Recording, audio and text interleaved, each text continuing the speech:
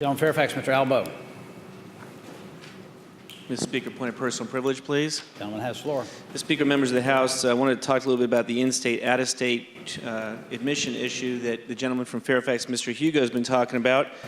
And Delegate Hugo and I are a little bit at disadvantage because I know the people who are opposed to our idea are out there talking to everybody, and we can't really, engage each of you individually. So I wanted to point out two things that my research this year has noted, I found out from my research this year on the issue.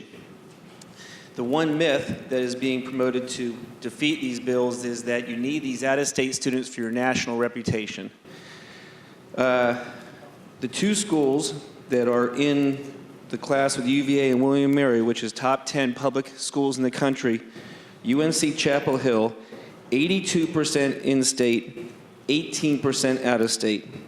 UC Berkeley, which I recall is the #1 public school in the country, is 85% in-state, 18% out-of-state.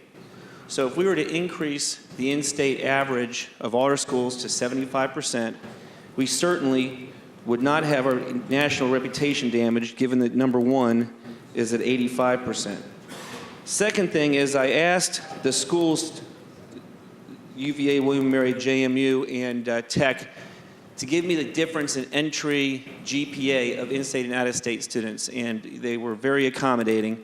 I haven't heard from JMU yet, but I'm not, castigating them for that. They just haven't gotten it to me yet. But the interesting to note is that what I thought that the out-of-state GPAs were so much better than the in-state GPAs is just not true. In fact, they're fairly equivalent. At UVA, the in-state GPA is 4.28, and the out-of-state student entering average GPA is 4.48. So pretty close. The out-of-states are, of course, a little bit higher.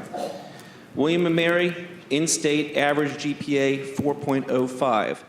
Out-of-state GPA 4.22. So again, out-of-state is a little bit better than in-state. In Virginia Tech, they're about dead even. In-state average is 3.87. And out-of-state average is 3.82. I just wanted to point that to you now so that when you are debating people in the confines of the General Assembly that you had the benefit of that information. Thank you, Mr. Speaker. Thank you.